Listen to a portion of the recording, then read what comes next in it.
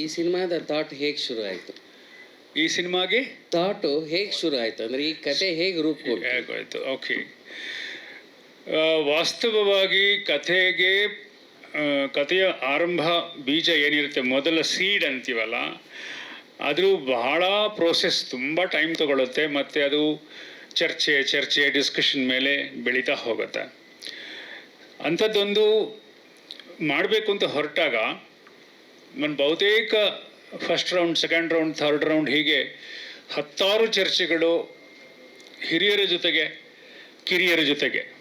ನಾನು ಯಾವುದಾದ್ರೂ ಒಂದು ಸ್ಕ್ರಿಪ್ಟ್ ಆದಾಗ I will discuss with Girish Kasaravalli sir, I will discuss with my 10th cinema present student. ಎಲ್ಲ ಜನ್ರೇಷನ್, ಎಲ್ಲ ಜೆಂಡರ್, ಎಲ್ಲ ಸಿನಿಮಾ ಮೋಹಿಗಳಿಗೂ ಅದನ್ನು ನಾನು ಶೇರ್ ಮಾಡ್ತಾ ಹೋಗ್ತೀನಿ, ಹೌ ಡು ದೇ ಫೀಲ್ ಅಂತ ಹೇಳಿ.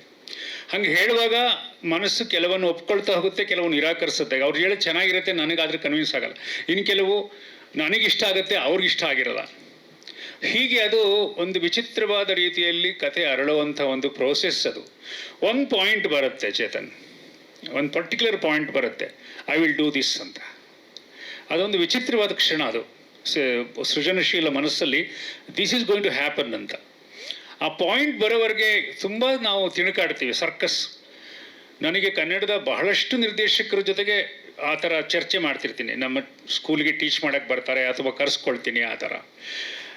ಆಮೇಲೆ ಅದು ಯಾವುದೋ ಒಂದು ಹಂತದಲ್ಲಿ ಅದು ಇದು ಬೇಕು ಅಂತ ಅನಿಸುತ್ತಲ್ಲ, ಅದಕ್ಕೆ ಸಮ್ಟೈಮ್ಸ್ 2 years 3 years ಮಾತಾಡೋ ಮಲ್ಲಿಗೆ ನಾನು ವಿಷ್ಣು ಸರ್ ಜೊತೆಗೆ 4 ವರ್ಷ ಚರ್ಚೆ ಮಾಡಿದ್ದೀನಿ. 4th year we went to set. ಅಂದರೆ ಈ ಕಾಲ ಇದೆಯಲ್ಲ, ಇದು ತುಂಬ ಮುಖ್ಯ. ಇವರೆಲ್ಲ ಹೇಳ್ತಿದ್ದಾರಲ್ಲ, ಚಿಕ್ಕದನ್ನು ಗಮನಿಸ್ತಾ ಇದ್ರು, ಮಾಡ್ತಿದ್ರು ಅಂತ. ಆ ಪರ್ಫೆಕ್ಷನ್ನಿಗೆ ಬೇಕಾದ್ದು ಅಷ್ಟು ಆಳವಾಗಿ ಒಂದು ವಸ್ತುನ ಗ್ರಹಿಸಬೇಕು, ಅದು ತುಂಬ ಮುಖ್ಯ.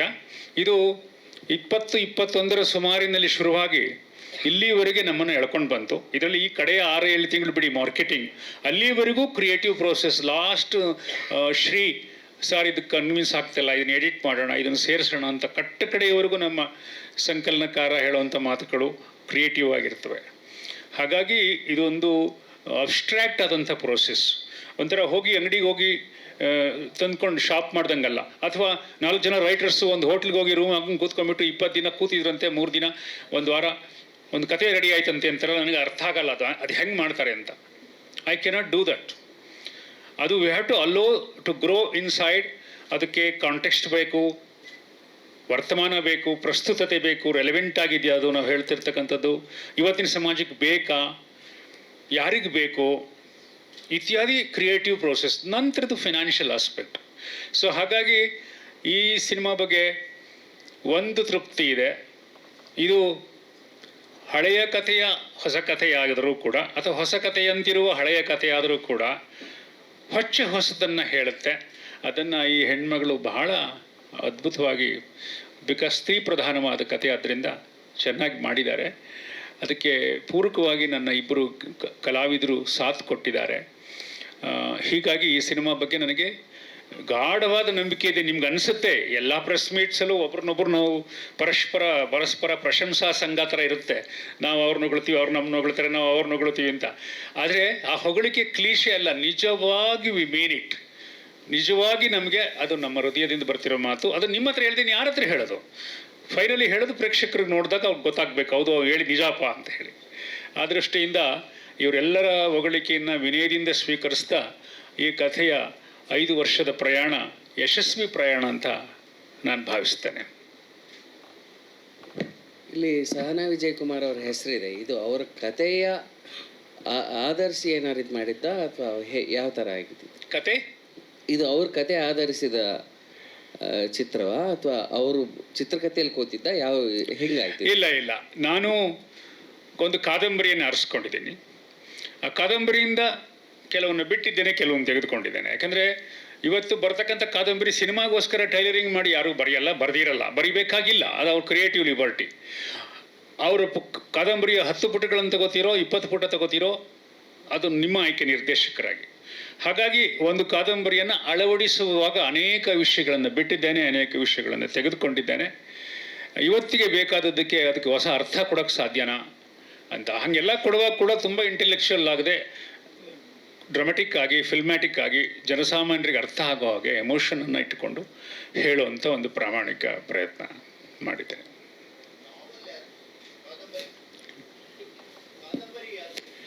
ಕಾದಂಬರಿ ಇಲ್ಲಿದೆ, ಮೊದಲ ಹೆಸರಿದೆ ನೋಡಿ, ಸಹನಾ ವಿಜಯ್ ಕುಮಾರ್ ಅಂತ ಅವ್ರದ್ದು ಕಾದಂಬರಿ.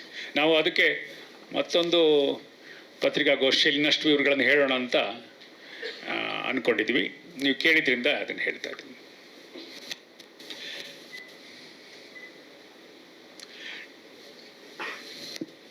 ಕಳೆದ 11 ವರ್ಷಗಳಲ್ಲಿ ಇದು 2ನೇ ಸಿನಿಮಾ. ನಿಮಗೆ ಸಿನಿಮಾ ಮಾಡೋದು ಕಷ್ಟ ಆಗ್ತಾ ಇದೆಯಾ? ಬದಲಾದ ವಾತಾವರಣಕ್ಕೆ ಅಡ್ಯಾಪ್ಟ್ ಆಗೋದು ಕಷ್ಟ ಆಗ್ತಾ ಇದೆಯಾ? ಯಾಕೆ ಇಷ್ಟು, ಅಂದರೆ ನಿಮ್ಮ ಆರಂಭದ ಫಿಲಮ್ಸ್ ನೋಡ್ಕೊಂಬಂದರೆ 2 ವರ್ಷ 3 ವರ್ಷ ಆಯಿತು. ಬಟ್ ಈ 2 ಪಿಕ್ಚರ್ ಇದೆಯಲ್ಲ, ಇಂಡಿಯಾ ವರ್ಸಸ್ ಇಂಗ್ಲೆಂಡ್ ಆಗಲಿ, ತುಂಬ ಟೈಮ್ ಆಯಿತು. ಯಾತಕ್ಕೆ ಇದು ತಡ ಆಗ್ತಾ ಇದೆ? ಅಲ್ಲ, ಸಾಧಾರಣವಾಗಿ ನನ್ನಂತೆ ನಂತರ ಫಿಲ್ಮ್ ಮಾಡೋ ಎಲ್ರಿಗೂ ಈ ಸಮಸ್ಯೆ ಇದೆ, ನಾನು ಒಬ್ಬನಿಗೆ ಅಂತಲ್ಲ. ಅದಕ್ಕೆ ಮುಖ್ಯವಾಗಿ ನನಗೆ ಇರೋಂಥ ದೊಡ್ಡ ಸಮಸ್ಯೆ ಮೊದಲನೇದು, ನನಗೆ ಸ್ಟೋರಿ ಈಸ್ ದ ಹೀರೋ, ಕಥೆನೇ ನಾಯಕ. ಅದರ ಹುಡುಕಾಟ ತುಂಬ ಸಮಯ ತೆಗೆದುಕೊಳ್ಳುತ್ತೆ. ಈಗ ಉದಾಹರಣೆಗೆ ನಾನೊಬ್ಬ ಸಾಹಿತ್ಯದ ವಿದ್ಯಾರ್ಥಿಯಾಗಿ ಅನೇಕ ಪುಸ್ತಕಗಳನ್ನು ಓದ್ತಿರ್ತೇನೆ. ನಾನು ಕೆಲವು ಕ್ರಿಯೇಟಿವ್ ವರ್ಕ್ ಬರೀತಾ ಇರ್ತೇನೆ, ಕಥೆ ಕಾದಂಬರಿಗಳನ್ನು ಬರೀತಾ ಇರ್ತೇನೆ. ಆ ಬರವಣಿಗೆಯ ಪ್ರೋಸೆಸ್ನಲ್ಲಿ ಕಥೆಯನ್ನು ನಾನು ಇದೇ ಸರಿ ಅಂತ ಆಯ್ಕೆ ಮಾಡ್ಕೊಳ್ಳೋದಕ್ಕೆ to take long time, number 1. 2ನೇ ಘಟ್ಟದಲ್ಲಿ ನಿರ್ಮಾಪಕ ಅವರು ಅದನ್ನು ನನಗನ್ನಿಸಿದ್ದನ್ನು ಅವ್ರಿಗೆ ಹೇಳಿ ಕನ್ವಿನ್ಸ್ ಮಾಡಿ ಅವರು ಕ್ರಿಯೇಟಿವ್ ಒಪ್ಕೊಳ್ಳೋದು ಇನ್ನೊಂದು ದೊಡ್ಡ ಪ್ರೋಸೆಸ್. ಅದು ಒಂದು 2ನೇ ಹಂತ. ಭಾಳಷ್ಟು ಜನ ನಿರ್ಮಾಪಕರು ಬರ್ತಾರೆ, ಕತೆ ತೊಗೊಂಬರ್ತಾರೆ, ನಮಗಿಷ್ಟ ಆಗಲ್ಲ. ಹಾಗಾಗಿ ಎಷ್ಟೋ ಚಿತ್ರಗಳು ನಾನು ಬಿಟ್ಟಿದ್ದೇನೆ.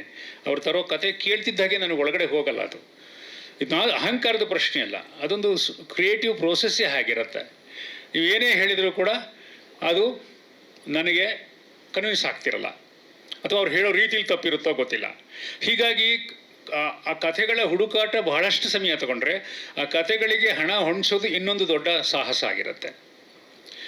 ಈ ಎಲ್ಲ ಕಾರಣಗಳಿಂದ ಡಿಲೇ ಆಗುತ್ತೆ. ಆದರೆ ಈ ಚಿತ್ರ ತುಂಬ ಡಿಲೇ ಆಯಿತು, ಅನೇಕ ತೊಂದರೆಗಳಾಯಿತು, ನಿಂತು ಹೋಯಿತು. ಅಂತೂ ಇಂತೂ ಸಾಹಸ ಪಟ್ಟು ಈ ಚಿತ್ರವನ್ನು ಮುಗಿಸಿದ್ದೇವೆ. ಇದು ಅನ್ಯೂಶುವಲ್ ಡಿಲೇ ಈ ಚಿತ್ರಕ್ಕಾಗಿತ್ತು. ಇಲ್ಲಿರಿ ಎಲ್ಲ ಚಿತ್ರಗಳಲ್ಲೂ 1 ವರ್ಷ 2 ವರ್ಷ ಒಂದೊಂದು ಚಿತ್ರಗಳು ನಾನು ಮಾಡುವಾಗ ತಗೊಂಡಿರೋದು. ನಾನು 15-16 ಸಿನಿಮಾದಲ್ಲಿ ಕಳೆದ 30-35 ವರ್ಷದಲ್ಲಿ ನಾನು ಮಾಡಿರೋ ಚಿತ್ರಗಳು 2 ವರ್ಷಕ್ಕೊಂದು ಚಿತ್ರ ಅವರೇಜ್ ಮಾಡಿರೋದು. ಇದು ಮಾತ್ರ ಹೆಚ್ಚು ಸಮಯ ತಗೊಳ್ತು.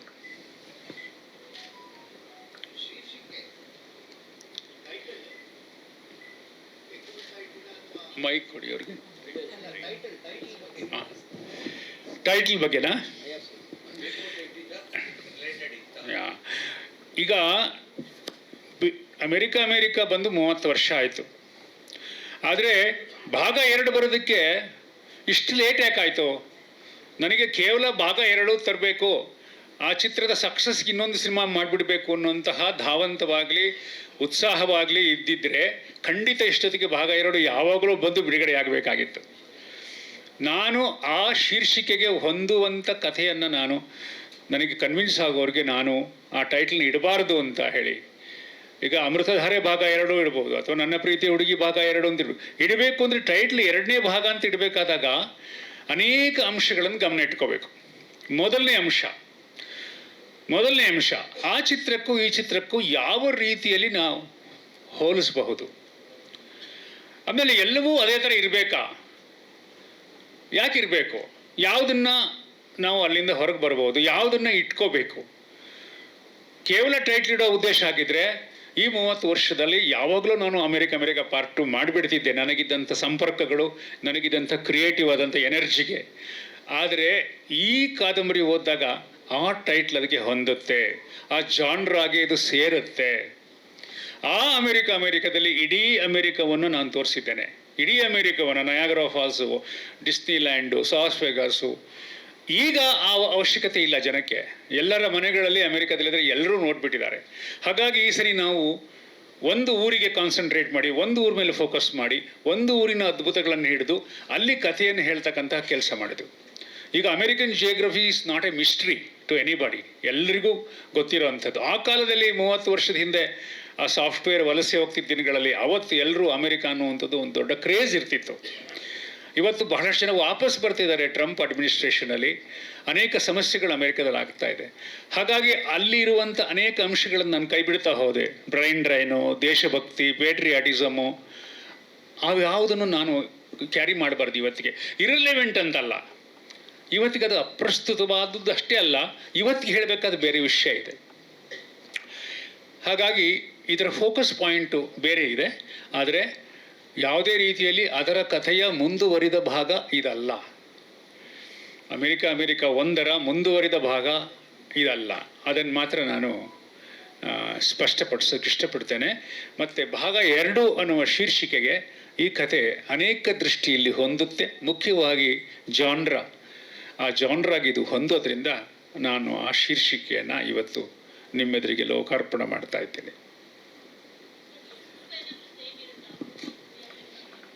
ಹೆಸರುಗಳೇನಾದ್ರು ಮೈಕ್ ಕೊಡಿ, ಮಂಜುಳಾ ಅವ್ರಿಗೆ ಮೈಕ್ ಕೊಡಿ.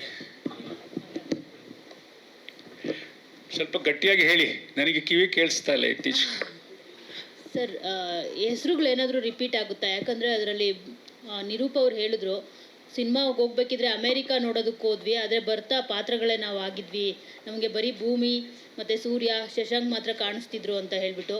ಸೊ ಆಲ್ರೆಡಿ ಭೂಮಿ ಅಲ್ಲಿದೆ, ಪೃಥ್ವಿ ಅವರು. ಸೊ ಹೆಸರುಗಳು ಅದೇ ಏನಾದರೂ ರಿಪೀಟ್ ಆಗಿದೆಯಾ, ಬೇರೆ ಏನಾದರೂ ಇಟ್ಟಿದ್ದೀರಾ ಸರ್ ಅಂತ? ನೋಡಿ, ಸೂರ್ಯ, ಭೂಮಿ, ಚಂದ್ರ ಅಥವಾ ಶಶಾಂಕ ಆ ಪಾತ್ರ ಆ ಸಂದರ್ಭಕ್ಕೆ ಆ ಬಾಹ್ಯಾಕಾಶದ ಒಂದು ಪರಿಕಲ್ಪನೆ ಇಟ್ಟುಕೊಂಡು ಆ ಕಥೆಯನ್ನು ಹೆಣೆದಿದ್ದು.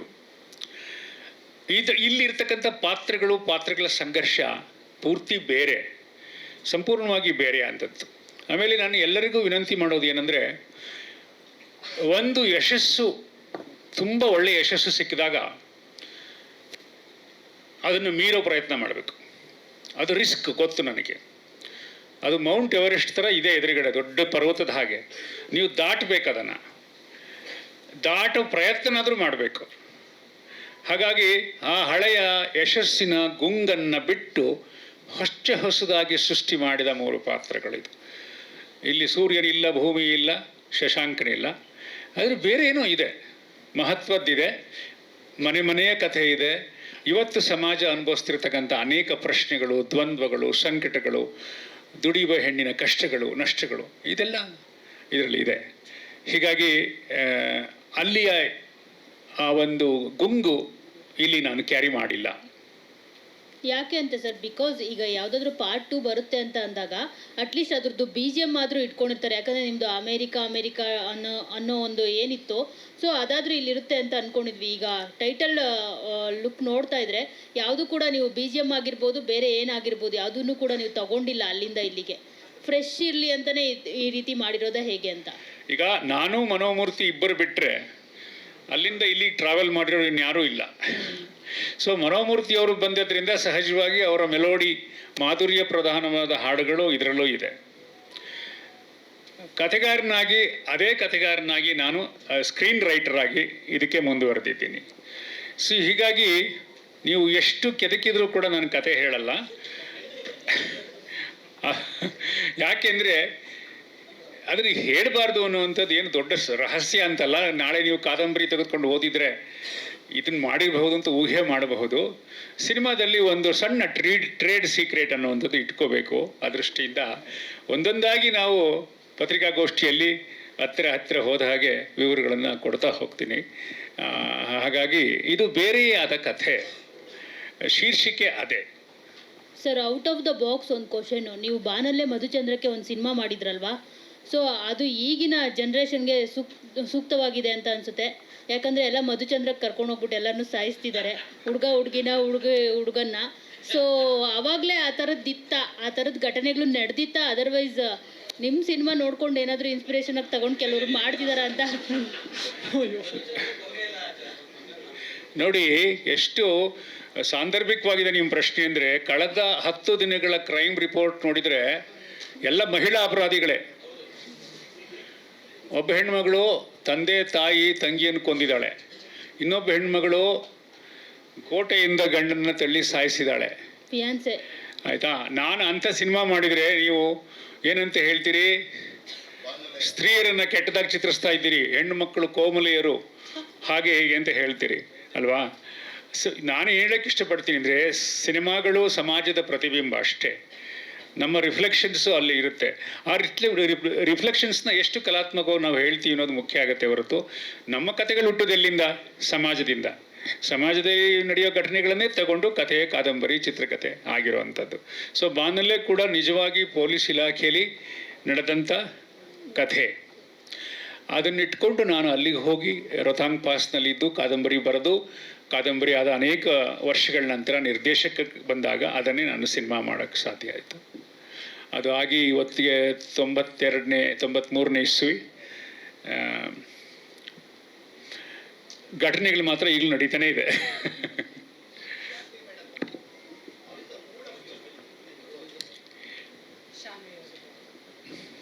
ಶಾನ್ವಿ ಅವರಿಗೆ ಪ್ರಶ್ನೆ ಅಂತೆ. ಸರ್ ಇನ್ನೊಂದ್ಸಲ ಕೇಳ್ತೀರಾ? ಪಾತ್ರದ ಮೂಡ್ ಹೇಗಿದೆ? ಪಾತ್ರದ ಮೂಡ್ ಐ ಥಿಂಕ್ ಸರ್ ಹೇಳಿರೋದು, ಸಮಾಜದಲ್ಲಿ the women how they are, it's a best portrayal of a woman in a dilemma. That's all I can say. And today I think in society every woman is in dilemma. I think more than this I can't say. Sir, did I oversay? Did I just like step up? ನಾನು ನಿಮ್ಮ ಕೇಳಿರೋದು ನಾನೇನು?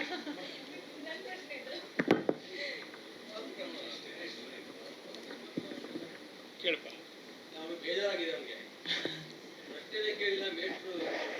ಮಂಜು sir ಕೇಳಿ. ಕೇಳು ಅಂತ ಕೇಳಿ. ಮಂಜು sir ನೀವು ನನ್ನೊಬ್ಬರನ್ನೇ ಮಾತಾಡಿಸ್ತೀರಾ, ಅವ್ರನ್ನ ಕೇಳಿಬಿಟ್ಟೆ.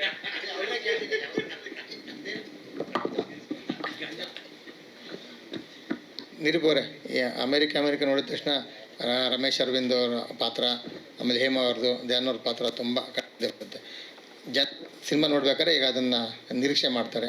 ನಿಮಗೆ ಹೇಗಿತ್ತು, ಚಾಲೆಂಜಿಂಗ್ ಆಗಿತ್ತು ಈ ಪಾತ್ರ ಮಾಡೋಕ್ಕೆ ಈ ಸಿನಿಮಾದಲ್ಲಿ? ನಾನು ಆಗಲೇ ಹೇಳ್ದಾಗೆ ಸರ್ದು ಬರವಣಿಗೆ ತುಂಬ ಚೆನ್ನಾಗಿದೆ.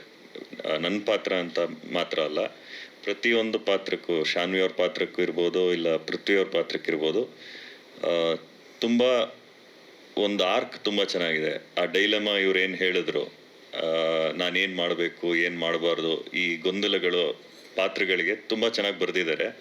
ಆ್ಯಂಡ್ ಇನ್ನೊಂದು, ಈಗ ಸೊಸೈಟಿಯಲ್ಲಿ ನಡೀತಾ ಇರುವಂಥ, ಈಗ ಅಮೇರಿಕ ಭಾಗ 1 ಏನಿದೆ, ಆ ಟೈಮ್ಗೆ ಆ ಏಜ್ ಗ್ರೂಪ್ ಅವರು, ಈಗ ಸೂರ್ಯ, ಭೂಮಿ, ಶಶಾಂಕ್, ಆ ಏಜ್ ಗ್ರೂಪ್ ಅವ್ರಿಗೆ ಏನು ಪ್ರಾಬ್ಲಮ್ಸ್ ಇತ್ತು, ಯಾವ ರೀತಿ ಪ್ರೀತಿಯಲ್ಲಿರ್ಬೋದು, ಲೈಫಲ್ಲಿರ್ಬೋದು, ಯಾವ ಥರ ಪ್ರಾಬ್ಲಮ್ಸ್ ಇತ್ತು, ಅದನ್ನು ಹೇಗೆ ಅವರು ಸ್ಪರ್ಧೆ ಮೇಲೆ ತಂದರು.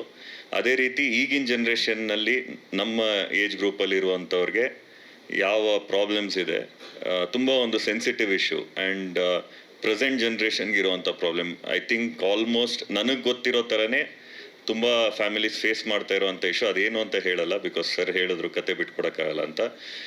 ಬಟ್ ಆ ಒಂದು ವಿಷಯನ, ಈಗಿನ ಜನ್ರೇಷನ್ಗೆ ಇರೋವಂಥ ಚಾಲೆಂಜಸ್ನ ಸೀನಿಯರ್ ಡೈರೆಕ್ಟರ್ ಆಗಿ ಅವರು ಹ್ಯಾಂಡಲ್ ಮಾಡಿದಂಥ ರೀತಿ, ನಾನು ಈಗ ಕಂಪೇರ್ ಮಾಡ್ತಾ ಇರೋದು ಅಂತಲ್ಲ, ಈಗ ಒಂದು ಮಣಿರತ್ನಂ ಅವರು ಓಕೆ ಕಣ್ಮಣಿಯಲ್ಲಿ ಹೇಗೆ ಲಿವ್ ಇನ್ ರಿಲೇಷನ್ಶಿಪ್ ಬಗ್ಗೆ ತೋರಿಸಿದ್ರು, though he was a senior director, and ಅದು ಯಂಗರ್ ಜನ್ರೇಷನ್ ಪ್ರಾಬ್ಲಮ್ ಆಗಿರೋದನ್ನ ಅಷ್ಟು ಚೆನ್ನಾಗಿ ತೋರಿಸಿದ್ರಲ್ಲ. I think it is very much the same. ಈಗ ನಾಗತಿಹಳ್ಳಿ ಸರ್ ಅಷ್ಟು ಸೀನಿಯರ್ ಡೈರೆಕ್ಟರ್ ಆದ್ರೂ ಇವಾಗಿನ ಜನ್ರೇಷನ್ದು ಪ್ರಾಬ್ಲಮ್ನ ತುಂಬ ಚೆನ್ನಾಗಿ ತೋರಿಸಿದ್ದಾರೆ ಅಂತ ನಂಗೆ ಅನ್ಸುತ್ತೆ. Not the same. ಇಲ್ಲ, ಮೆಜಾರಿಟಿ ಅಮೇರಿಕಲ್ಲಿ ನಡೆಯುತ್ತೆ. ಆ್ಯಂಡ್ ಸರ್ ಹೇಳಿದ್ರಲ್ಲ, ಈಗ ಆ ಟೈಮ್ಗೆ ನಾವು ಯಾರೂ ಅಮೇರಿಕ ನೋಡಿರಲಿಲ್ಲ. ತುಂಬ ಕೆಲವರು ಅಮೇರಿಕಾಗೆ ಹೋಗಿದ್ರಷ್ಟೇ. ನಾವು ಫಸ್ಟ್ ಟೈಮ್ ಅಮೇರಿಕ ನೋಡಿದ್ದೇ ಸಿನಿಮಾದಲ್ಲಿ. ಅಮೇರಿಕ ಓಕೆ ಈ ಥರ ಇರುತ್ತೆ, ವೇಗಸ್ ಈ ಥರ ಇರುತ್ತೆ, ನ್ಯೂಯಾರ್ಕ್ ಈ ಥರ ಇರುತ್ತೆ ಅಂತ ನಮಗೆ ಗೊತ್ತಾಗಿದ್ದೆ ಅಮೇರಿಕ ನೋಡಿದಾಗ. ಬಟ್ ಇದರಲ್ಲಿ ಸಿಯಾಟಲ್ ಒಂದು ಪಾತ್ರ ಆಗಿದೆ. ನಮ್ಮ 3 ಜನ ಪಾತ್ರ ಬಿಟ್ಟು ಆ ಜಾಗನೂ ಒಂದು ಪಾತ್ರ ಆಗುತ್ತೆ. ಬೇರೆ ಸಿನಿಮಾಗಳಲ್ಲಿ ಆ್ಯಕ್ಟ್ ಮಾಡಿದ್ದೀರಾ, ಒಬ್ಬ ಲೆಜೆಂಡ್ರಿ ನಿರ್ದೇಶಕರು. ಯಾಕೆಂದರೆ ಅವ್ರ ಸಿನಿಮಾಗಳು ಇವತ್ತಿಗೂ ಕೂಡ ಮಾತಾಡ್ತವೆ. ಅಂಥ ನಿರ್ದೇಶಕರ ಹತ್ರ ಕೆಲಸ ಮಾಡಿದ್ದು ಹೇಗಿತ್ತು? ನಾನು ತುಂಬ ಕಡೆ ಹೇಳಿದ್ದೀನಿ ಇದು. ಅಂದರೆ ನನ್ನ ಫ್ರೆಂಡ್ಸ್ನ ಮೀಟ್ ಮಾಡಿದಾಗ ಸೇಮ್ ಕ್ವಶನ್ ಕೇಳ್ತಾರೆ. ಬಿಕಾಸ್ ತುಂಬ ಜನ ನಾಗತಿಹಳ್ಳಿ ಸರ್ ಸಿನಿಮಾ ಫ್ಯಾನ್ಸ್ ಇದ್ದಾರೆ ನನ್ನ ಫ್ರೆಂಡ್ಸ್ ಗ್ರೂಪಲ್ಲೂ. ಆ್ಯಂಡ್ ಅಮೇರಿಕಾ ಬಗ್ಗೆ ಅವರೆಲ್ಲ ತುಂಬ ಎಕ್ಸೈಟ್ ಆಗಿದ್ದಾರೆ. ನಾನು ಒಂದು ಡಿಫ್ರೆನ್ಸ್ ನೋಡಿದ್ದು, ಈಗಿನ ಇದು ನಾನಿದು ತಪ್ಪು ಅಂತ ಹೇಳ್ತಾ ಇಲ್ಲ, ಬಟ್ ಫ್ರೇಮಲ್ಲಿ ಏನಿದೆ ಅದ್ರ ಬಗ್ಗೆ ಜಾಸ್ತಿ ತಲೆ ಕೆಡಿಸ್ಕೋತಾರೆ. ಅಲ್ಲಿ ಏನು ಮಾಡ್ತಾ ಇದ್ದಾರೆ ಅದ್ರ ಬಗ್ಗೆ ಕಮ್ಮಿ ತಲೆ ಕೆಡಿಸ್ಕೋತಾರೆ. ಆ್ಯಸ್ ಅನ್ ಆಡಿಯನ್ಸ್ ನಿಮಗೆ ಸಿನಿಮಾ ರೀಚ್ ಆಗೋದು ಪಾತ್ರಗಳು ಕನೆಕ್ಟ್ ಆದರೆ. ಆ್ಯಂಡ್ ಸರ್ ಅದನ್ನು ತುಂಬ ಚೆನ್ನಾಗಿ ಮಾಡ್ತಾರೆ. ನಮಗೆ ಗೈಡ್ ಮಾಡಿ ಅದರಲ್ಲಿ ಏನು ಇಮೋಷನ್ ಬೇಕು ಅದನ್ನು ಹೊರಗಡೆ ತೆಗಿತಾರೆ. ಆ್ಯಂಡ್ ನಿಮ್ಮ ಫ್ರೇಮಲ್ಲಿ ಏನೇ ಮಿಸ್ಟೇಕ್ಸ್ ಇದ್ರೂ ನಡೆಯುತ್ತೆ, ಬಟ್ ಪಾತ್ರಗಳು ಕನೆಕ್ಟ್ ಆಗಲಿಲ್ಲ ಅಂದರೆ ಸಿನಿಮಾ ನಡೆಯಲ್ಲ, ನಾನು ನಂಬಿರೋದು. ಮಹೇಶ್ರೇ, ನಿಮ್ಮ ಸಿನಿಮಾ 30 ವರ್ಷಗಳ ಹಿಂದಿಂದಾದರೂ ಕೂಡ ಇವತ್ತು ಕೂಡ ಪ್ರಸ್ತುತ. ಅವತ್ತಿನ ಆ ಕತೆ ಇವತ್ತು ಕೂಡ ನಡೀತಾ ಇರುವಂಥ ಮನಸ್ಸಿನ ಭಾವನೆಗಳೆಲ್ಲ ಆ ಥರ ಇದ್ದಾವೆ. ಅಮೇರಿಕಾ ಬಗ್ಗೆ ಇರುವಂಥ ಭಾವನೆಗಳೆಲ್ಲ ಇದನ್ನು ಇನ್ನೆಷ್ಟು ಮುಂದಿನ ಕತೆ ತೊಗೊಂಡೋಗಿದ್ದಾರೆ ಮುಂದಿನ ಪೀಳಿಗೆಗೆ ಇದನ್ನು ಅಂತ ಪಾರ್ಟು? ನನ್ನ ನಂಬಿಕೆ ಕಥೆ ಪಾತ್ರ ಎಲ್ಲ ಹೆಚ್ಚು ನೈಜವಾಗಿರುವ ಅನುಭವ ಮೂಲದಿಂದ ಬರಬೇಕು ಸಾಧ್ಯವಾದಷ್ಟು. ಹಾಗಂತ ನಾವು you are not doing a documentary. ಹೆಚ್ಚು ನೈಜ ಮಣ್ಣಿನ ಮೂಲದಿಂದ ಬರಬೇಕು. ಉಂಡು ಹೋದ ನಮ್ಮ ಹಳ್ಳಿಲಿ ನಡೆದ ಕತೆ, ಬಾನಲ್ಲೇ ಕೂಡ ಪೊಲೀಸ್ ಇಲಾಖೆಯಲ್ಲಿ ನಡೆದ ಕತೆ. ಆ ಥರ ಹೇಳ್ತಾ ಹೋದರೆ ಹೂವಿನ ಪಾತ್ರ ಮಾತಾಡ ಮಲ್ಲಿಗೆ, ನಾನು ಕಣ್ಣಾರೆ ಕಂಡ ಅನೇಕ ರೈತ ನಾಯಕರ ಪಾತ್ರಗಳು. ಸೊ ನಾವು ಹೆಕ್ಕುವಾಗ ಆದಷ್ಟು ಜೀವನಕ್ಕೆ ಹತ್ತಿರ ಇರೋವಂಥ, ಯಾರಿಗೋ ತಾಕುವಂಥ, ಯಾರದೋ ಕಷ್ಟವನ್ನು ವಿವರಿಸುವಂಥ, ತಳಮಳವನ್ನು ವಿವರಿಸುವಂಥ ಸನ್ನಿವೇಶ ಇರಬೇಕು. ಈ 3 ಪಾತ್ರಗಳೇನಿದೆ ಇವತ್ತಿನ ಸಮಾಜದ ಯುವಕರ ಪ್ರತಿನಿಧಿಗಳು ಇವರು. ನಾನು ಅನೇಕರಿಗೆ ಕತೆ ಹೇಳಿದಾಗ, ಓಹೋ ನಮ್ಮ ಕುಟುಂಬದಲ್ಲಿ ಇದೇ ಥರ ಆಗಿತ್ತು ಸರ್, ಸ್ವಲ್ಪ ಈ ಥರ ಆಗಿತ್ತು ಸರ್ ಅಂತ ಹೇಳ್ತಾರೆ. ಇದು ಒಂದು ಸತ್ಯದ ಅನ್ವೇಷಣೆ ಥರ. ಅಂದರೆ ಸಹಜತೆ ಮತ್ತು ಸತ್ಯ ಅವುಗಳನ್ನು ಹುಡುಕೊಂಡು ಹೋದರೆ ಅವು ನಿಮಗೆ ಹೃದಯಕ್ಕೆ ನಾಟುತ್ತೆ. ಸಿಕ್ಕಾಪಟ್ಟೆ ಕಲ್ಪನೆ ಮಾಡ್ತಾ ಹೋದರೆ, ಸಿಕ್ಕಾಪಟ್ಟೆ ಫ್ಯಾಂಟಸಿ ಕ್ರಿಯೇಟ್ ಮಾಡಿದ್ರಲ್ಲಿ ನಿಮಗೆ ಜನಕ್ಕೆ ಕನೆಕ್ಟ್ ಆಗೋದು ಕಷ್ಟ. ಅದು ಒಂದು ಹಾಡಲ್ಲೋ, ಒಂದು ಕಾಸ್ಟ್ಯೂಮ್ನಲ್ಲೋ, ಒಂದು ಸೆಟಪ್ನಲ್ಲೋ ಕೆಲವು ನಾವು ಸಿನಿಮಾಗಳಲ್ಲಿ ಅದನ್ನು ಮಾಡ್ತಾರೆ, ಮಾಡಬಾರ್ದು ಅಂತಲ್ಲ. ಬಟ್ ಮೂಲತಃ ಒಂದು ಕಥೆ ನಮ್ಮದು ಅನ್ನಿಸ್ಬೇಕಾದ್ರೆ ಇಲ್ಲೆಲ್ಲೋ ನಡೀತಲ್ಲ, ಇಲ್ಲೆಲ್ಲೋ ಈ ಥರ ಆಗಿತ್ತಲ್ಲ ಅಂತ ಅನ್ನಿಸ್ಬೇಕು. ನನಗದು ತುಂಬ ತುಂಬ ಮುಖ್ಯ.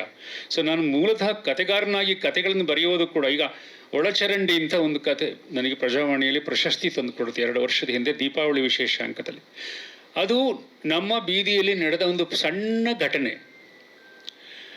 ನನಗೆ ಎಷ್ಟು ಕಾಡ್ತು ಅಂದರೆ ಅದನ್ನು ಕತೆ ಬರೆದೇ ದೀಪಾವಳಿ ಕಳಿಸ್ತೇವೆ, ಅಲ್ಲಿ ಪ್ರಜಾವಾಣಿಯಲ್ಲಿ ಪ್ರಕಟವಾಯಿತು. ತುಂಬ ಜನ ಕೇಳಿದ್ರು ಇದು ಹೇಗೆ ನಿಮಗೆ ಹೊಳೆಯಿತು ಅಂತ. ನಿಜವಾಗಿ ಅದು ಯಾವುದೇ ಬೀದಿಯಲ್ಲಿ ನಡೆಯುವಂಥ ಘಟನೆ, ಸಾಮಾನ್ಯವಾದ ಘಟನೆ. ಒಂದು ಒಳಚರಂಡಿ ಎನ್ನುವಂಥದ್ದು ಇವತ್ತು ಬೆಂಗಳೂರಿನಲ್ಲಿ ಕಸ, ಫುಟ್ಪಾತು ಎಷ್ಟು ಇಶ್ಯೂಗಳು ಅದ್ರ ಹಿಂದ್ಗಡೆ ಬರ್ತಾ ಹೋಗ್ತವೆ ಅಂದರೆ ಅದು ಗೋಯಿದ ತಕ್ಷಣ ಅನಿಸುತ್ತೆ ಹೌದು ಇದು ಈ ಥರ ಅಂತ. ಹೀಗೆ ಹೇಳುವಾಗಲೂ ನಾವು ಅದನ್ನು ಡಾಕ್ಯುಮೆಂಟ್ರಿ ಮಾಡದೆ ಅದಕ್ಕೊಂದು ಆರ್ಟಿಸ್ಟಿಕ್ ಟಚ್ ಕೊಟ್ಕೊಂಡು, ಅದಕ್ಕೆ ಸಿನಿಮ್ಯಾಟಿಕ್ ವ್ಯಾಲ್ಯೂ ಕೊಟ್ಕೊಂಡು ಅದನ್ನು ಚೆನ್ನಾಗಿ ಪ್ರೆಸೆಂಟ್ ಮಾಡಬೇಕು. ಯಾಕೆ ಹೇಳ್ತೀನಿ ಅಂದರೆ, ನಮ್ಮ ಗೆಳೆಯ ಹೇಳಿದ್ರು ಈಗ ಸಿಯಾಟಲ್ ನಗರನ ಎಷ್ಟು ಚೆನ್ನಾಗಿ ಚಿತ್ರೀಕರಿಸಿದ್ದಾರೆ ಅಂದರೆ, ಅಲ್ಲೊಂದು ಬೀಚ್ ಇದೆ, ಕೆನಾನ್ ಬೀಚ್ ಅಂತ, ಬಹಳ ದೊಡ್ಡ ಪ್ರಸಿದ್ಧವಾದ ಪ್ರವಾಸಿ ಜಾಗ. ಸಿಯಾಟ್ಲಿಂದ ಸುಮಾರು 300-400 ಮೈಲಿ ಹೋಗಿದ್ರೆ ಸಿಗತ್ತೆ. ಪೆಸಿಫಿಕ್ ತೀರದ ಒಂದು ಬೀಚ್, ದೊಡ್ಡದೊಂದು ಬಂಡೆ, ಅದ್ರ ಪಕ್ಕ ಒಂದು ಪುಟ್ಟ ಬಂಡೆ, ಒಳ್ಳೆ ಅಮ್ಮ ಮಗಳು ಇದ್ದಂಗಿದೆ ಅದು. ಅದನ್ನು ನಮ್ಮ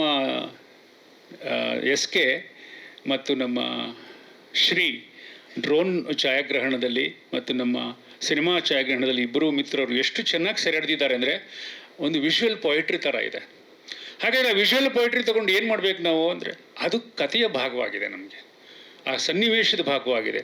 ಅದು ಅಲ್ಲಿಗೆ ಹೋದ ತಕ್ಷಣ ನಾನು ಗಮನಿಸ್ತಾ ಇದ್ದೆ, ಪೃಥ್ವಿ, ನಿರೂಪ್, ಸಾನ್ವಿ ಬೇರೆಯವರು ಆಗ್ಬಿಡ್ತಾಯಿದ್ರು.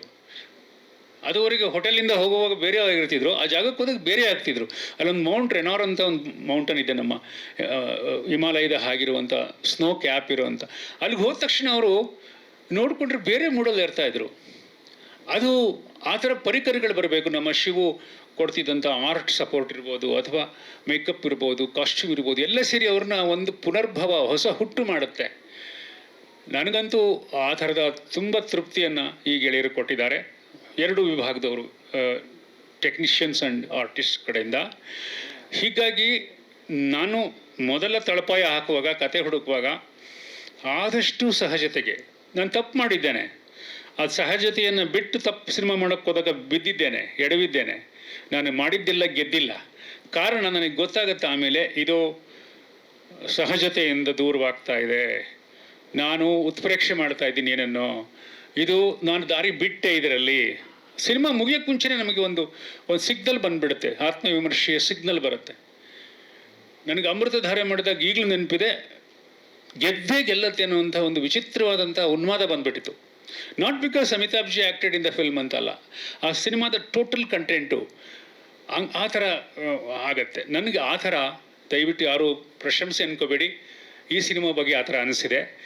ಅದರ ಬಾಕ್ಸ್ ಆಫೀಸ್ ಸಕ್ಸಸ್ ಗೊತ್ತಿಲ್ಲ ನನಗೆ, ಅದರ ಎಷ್ಟು ಯಶಸ್ಸು ಬಗ್ಗೆ ಗೊತ್ತು. ಯಾಕೆಂದರೆ ಅಮೇರಿಕ 365 ದಿನ 2 ಸೆಂಟ್ರಲ್ಲಿ ಹೋಯಿತು, 25 ವಾರ 6 ಸೆಂಟ್ರಿಗಳಲ್ಲಿ ಹೋಯಿತು, 100 ಡೇಸ್ 10 ಸೆಂಟ್ರಿಗಳಲ್ಲಿ ಹೋಯಿತು. ಆ ಥರ ದಿನಗಳಲ್ಲಿ ಇಲ್ಲ ಇವತ್ತು ನಾವು. ಇದು ಹಂಗೆ ಹೋಗುತ್ತೆ ಅಂತಕ್ಕಂಥ ಭ್ರಮೆ ನನಗಿಲ್ಲ. ಆದರೆ ಚಿತ್ರಮಂದಿರಕ್ಕೆ ಇವತ್ತು ಕುಟುಂಬ ಪ್ರೇಕ್ಷಕರು ಬರೋದು ಕಷ್ಟ ಆಗ್ತಿದೆ, ನಾವು ಕಷ್ಟಪಡ್ತಿದ್ದೇವೆ. ಅವರು ಬಂದರು, ಸಿನಿಮಾ ನೋಡಿದ ಪ್ರತಿ ಹೃದಯಕ್ಕೆ ಸಿನಿಮಾ ನಾಟುತ್ತೆ, ಅನೇಕ ಪ್ರಶ್ನೆಗಳನ್ನು ಕೇಳುತ್ತೆ, ಆ ಪ್ರಶ್ನೆಗಳಿಗೆ ತಡಕಾಟ ಕ್ರಿಯೇಟ್ ಮಾಡುತ್ತೆ. ಅದು ವಾಸ್ತವದ ಇವತ್ತಿನ ಪ್ರತಿಬಿಂಬದ ಹಾಗೆ ಇದೆ. ಇದು ನನ್ನ ಆತ್ಮವಿಶ್ವಾಸದ ಮಾತು, ದಯವಿಟ್ಟು ಯಾರು ಅಹಂಕಾರದ ಮಾತು ಅಂತ ಅನ್ಕೋಬೇಡಿ. ಸರ್ ಇಲ್ಲಿ ಅಮೇರಿಕಾ ಮಾಡಬೇಕಾದ್ರೆ ಮನೋಮೂರ್ತಿ ಅವರು ಅಚಾನಕ್ಕಾಗಿ ಸಿಕ್ಕಿದ್ರು ಅಂತ ಅವ್ರು ಒಂದು ಇಂಟರ್ವ್ಯೂಲ್ಲಿ ಹೇಳ್ಕೊಂಡಿದ್ರು. ಸೊ ಈ ಸಿನಿಮಾ ಮಾಡಬೇಕಾದ್ರೆ ಪರ್ಟಿಕ್ಯುಲರ್ ಆಗಿ ಏನಾದರೂ ಕಂಡೀಷನ್ಸ್ ಇದೆಯಾ ಅವ್ರದ್ದು ಅಂತಂದರೆ ಆ ಜರ್ನಿನೇ ಬೇರೆ ಇತ್ತು, ಅದಕ್ಕೊಂದು ಕತೆ ಹೇಳಿದ್ರು ಅವರು. ನೋಡಿ, ಅಮೇರಿಕಾದಲ್ಲಿ ನಾನು ಅವರನ್ನು ಪರಿಚಯಿಸಿದೆ. ಅನಂತರ ನಾನು ಇದೂ ಸೇರಿ ಅವ್ರ ಜೊತೆ 7 ಸಿನಿಮಾಗಳನ್ನು ಮಾಡಿದ್ದೆ, ಹೈಯೆಸ್ಟ್ ಫಿಲ್ಮ್ಸ್ ಟುಗೆದರ್ ನಾವು ಮಾಡ್ಕೊಂಡು ಬಂದಿರೋದು. ಕೇವಲ ನಾನು ಅಮೇರಿಕಾ ಅಮೃತಧಾರೆ ಅಥವಾ ನನ್ನ ಪ್ರೀತಿ ಹುಡುಗಿ ಥರ ಸೂಪರ್ ಹಿಟ್ ಫಿಲ್ಮ್ಸ್ ಮಾಡಿದ್ದಲ್ಲದೆ, ನಾನು ಅವರನ್ನು ಖುದ್ದಾಗಿ ಮುಂಗಾರು ಮಳೆಗೆ ಯೋಗರಾಜ್ ಭಟ್ರಿಗೆ ಪರಿಚಯ ಮಾಡಿಕೊಟ್ಟು, ನೀವು ನನ್ನನ್ನು ಬಿಟ್ಟು ಹೋಗಬೇಕು, ಬೆಳಿಬೇಕು ಅಂತ ಹೇಳಿ, ಅನಂತರ ಅವರು ಮುಂಗಾರು ಮಳೆ, ಮಿಲನ ಈ ಥರ ಎಲ್ಲ ಚಿತ್ರಗಳನ್ನು ಮಾಡಿದರು. ಯೋಗರಾಜ್ ಭಟ್ರು ನನಗೆ ಒಬ್ಬ ಸಂಗೀತ ನಿರ್ದೇಶಕ ಬೇಕು, ಮನೋ ಅವ್ರು ಬೇಕು, ಪರಿಚಯ ಮಾಡಿಕೊಡಿ ಅಂತ ಬಂದಾಗ ನಾನು ಅವನು ಪರಿಚಯ ಮಾಡಿಕೊಟ್ಟಿದ್ದು. ಯಾಕೆ ಈ ಮಾತು ಹೇಳ್ತೀನಿ ಅಂತಂದರೆ, ಒಬ್ಬ ಸಂಗೀತ ನಿರ್ದೇಶಕ ಅಥವಾ ಒಬ್ಬ ಛಾಯಾಗ್ರಾಹಕ ಅಥವಾ ಒಬ್ಬ ಸಂಕಲನಕಾರ ತನ್ನ ಪ್ರಥಮ ಚಿತ್ರದಲ್ಲಿ ಇರುವ ಸಂದರ್ಭ ಬೇರೆ ಇರುತ್ತೆ. ಬೆಳೀತಾ ಅವನಲ್ಲಿ ಅನೇಕ ಬದಲಾವಣೆಗಳು, ಒತ್ತಡಗಳು, ಉದ್ಯಮದ ಒತ್ತಡಗಳು, ಆಡಿಯೋ ಕಂಪನಿಗಳ ಒತ್ತಡಗಳು ಬೆಳೀತಾ ಹೋಗುತ್ತೆ.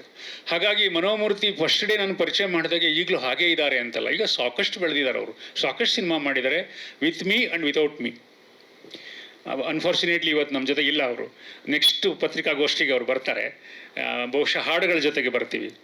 ಸೊ ಇದರಲ್ಲೂ ಕೂಡ, ಆದರೆ ಅವರ ಕೆಲಸ ಮಾಡುವ ಕ್ರಮ ಇದೆಯಲ್ಲ, ಅದರಲ್ಲಿ ಒಂದು ಸ್ವಲ್ಪ ಅವರು ಮುಕ್ಕಾಗಿಲ್ಲ, ಅದೇ ಕಮಿಟ್ಮೆಂಟ್ ಇರುತ್ತೆ. ಒಂದು ಸಂದರ್ಭಕ್ಕೆ 10 ಟ್ಯೂನ್ಗಳನ್ನು ಮಾಡ್ತಾರೆ, ಚರ್ಚೆ ಮಾಡ್ತಾರೆ. ನಾನು ಈ ಸಲ ಅವ್ರಿಗೆ ಕೇಳಿಕೊಂಡೆ, ನಾನು ದಯವಿಟ್ಟು ಹಿನ್ನೆಲೆ ಸಂಗೀತಕ್ಕೆ ಒಬ್ಬ ಹೊಸ ಪ್ರತಿಭೆಯನ್ನು ಬಳಸ್ಕೊಳ್ಳೋಕೆ ಅವಕಾಶ ಕೊಡಿ ಅಂತ. ಅವ್ರಿಗೂ ತುಂಬ ಒತ್ತಡಗಳಿತ್ತು.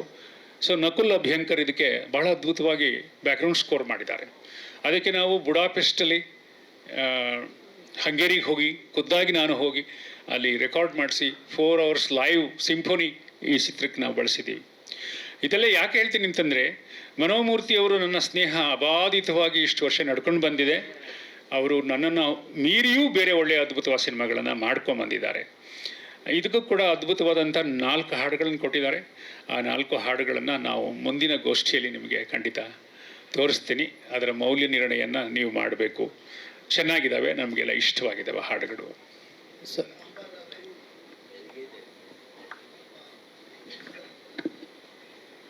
ಸ್ಲೀಪಿಂಗ್ ಮೂಡಲ್ಲಿ ಕೇಳ್ತಾ ಇದ್ದೀನಿ ನಾನು, ನೋಡ್ತಾ ಇದ್ದೆ.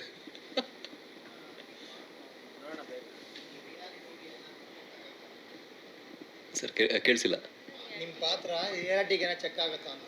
ಡೆಫಿನೆಟ್ಲಿ ನನ್ನ ಪಾತ್ರ ಅಂತಲ್ಲ, ಪೂರ್ತಿ ಸಿನಿಮಾ ನೋಡೋಕೆ ಹೋದರೆ ಅದೇ ನಾನು ಆವಾಗಲೇ ಮಾತಾಡುವಾಗ ಸಿನಿಮಾ ಪ್ಲಾಟ್ ಎಲ್ಲ ಬಿಟ್ಕೊಡ್ಬಾರ್ದು ಅನ್ನೋ ನಿಟ್ಟಿನಲ್ಲಿ ನಾನು ಏನೂ ಹೇಳಲಿಲ್ಲ. ಈಗ ಪ್ರಸ್ತುತ ಇರುವಂತಹ ಫ್ಯಾಮಿಲಿ ಅಥವಾ ಇಂಡಿವಿಜುವಲ್ಸ್ ಎಲ್ಲರೂ ಕೂಡ ಯಾವ ಅಂದರೆ ಅವರಲ್ಲಿ ಒಂದಷ್ಟು ಇವರು ಹೇಳಿದಾಗೆ ಇವರ ಕ್ಯಾರೆಕ್ಟರ್ ಡೈಲಮ್ಮ ಅದೆಲ್ಲ ಇದೆಯಲ್ಲ, ಬಹಳಷ್ಟು ವಿಚಾರಗಳು ಇದೆ. ಸೊ ಅದೆಲ್ಲವೂ ಬಹಳ ಕನೆಕ್ಟ್ ಆಗುತ್ತೆ. ನನ್ನ ಪಾತ್ರದ ಮೂಲಕ ಒಂದು ರೀತಿಯ ಟಾರ್ಗೆಟ್ ಆಡಿಯನ್ಸನ್ನು ಸರ್ ಅಡ್ರೆಸ್ ಮಾಡ್ತಾ ಇದ್ದಾರೆ. ನಿರೂಪ್ ಸರ್ ಅವರ ಪಾತ್ರದ ಮೂಲಕ ಇನ್ನೊಂದು ರೀತಿ, ಶಾನ್ವಿ ಅವರ ಪಾತ್ರದ ಮೂಲಕ. ಸೊ ಮೂರು ಪಾತ್ರಗಳು ಒಂದೊಂದು ರೀತಿಯ ಟಾರ್ಗೆಟ್ ಆಡಿಯನ್ಸನ್ನು ನಿರೂಪಿಸುತ್ತೆ. ಸೊ ಖಂಡಿತವಾಗ್ಲೂ ಒಂದು ರೀತಿಯಲ್ಲಿ ರಿಯಲಿಸಮ್ಗೆ ಭಾಳ ಹತ್ತಿರ ಇರುವಂತಹ ಪಾತ್ರ ಆ್ಯಂಡ್ ಸಿನಿಮಾ ಎರಡೂ ಕೂಡ ಸರ್. Thank you. ಪೃಥ್ವಿ ಅವರೇ, ಇಲ್ಲಿ ದಿಯಾದಲ್ಲಿ ಆಲ್ರೆಡಿ ಹುಡುಗಿನ ಬಿಟ್ಕೊಟ್ಬಿಟ್ಟು ನೀವು ತ್ಯಾಗರಾಜ ಆಗಿದ್ದೀರಾ, ಇಲ್ಲೂ ಕೂಡ ತ್ಯಾಗರಾಜ ನೀವೇನಾ ಅಂತ ಟ್ರಯಾಂಗಲ್ ಲವ್ ಸ್ಟೋರಿನಲ್ಲಿ? ಅದು ನಾನು ನಿಮಗೆ ಆಮೇಲೆ ಫೋನಲ್ಲಿ ಹೇಳ್ತೀನಿ.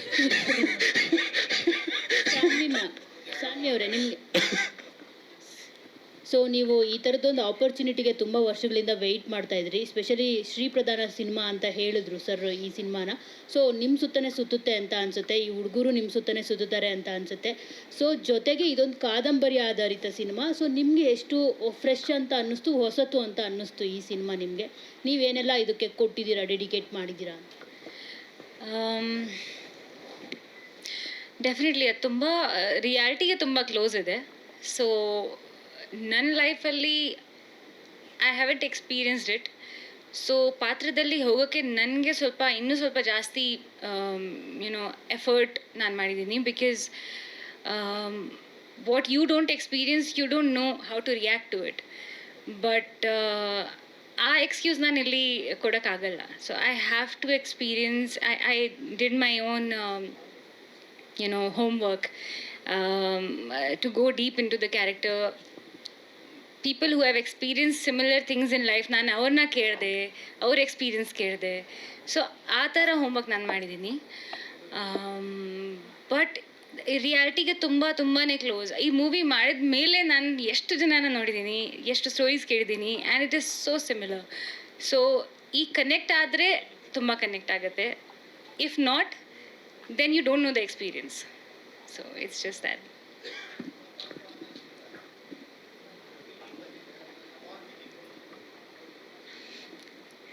ಅನ್ಕೋತೀನಿ ಸರ್ ಫಸ್ಟ್ ಟೈಮ್ ನನಗೆ ಆಫೀಸಲ್ಲಿ ಕರೆದಿದ್ದಾರೆ, ಅವಾಗ ನನಗೆ ಹೇಳಿದ್ದಾರೆ ಇದು ಚೆನ್ನಾಗಿ ಪರ್ಫಾರ್ಮ್ ಮಾಡಿದ್ರೆ this is the one which can fetch you a national award.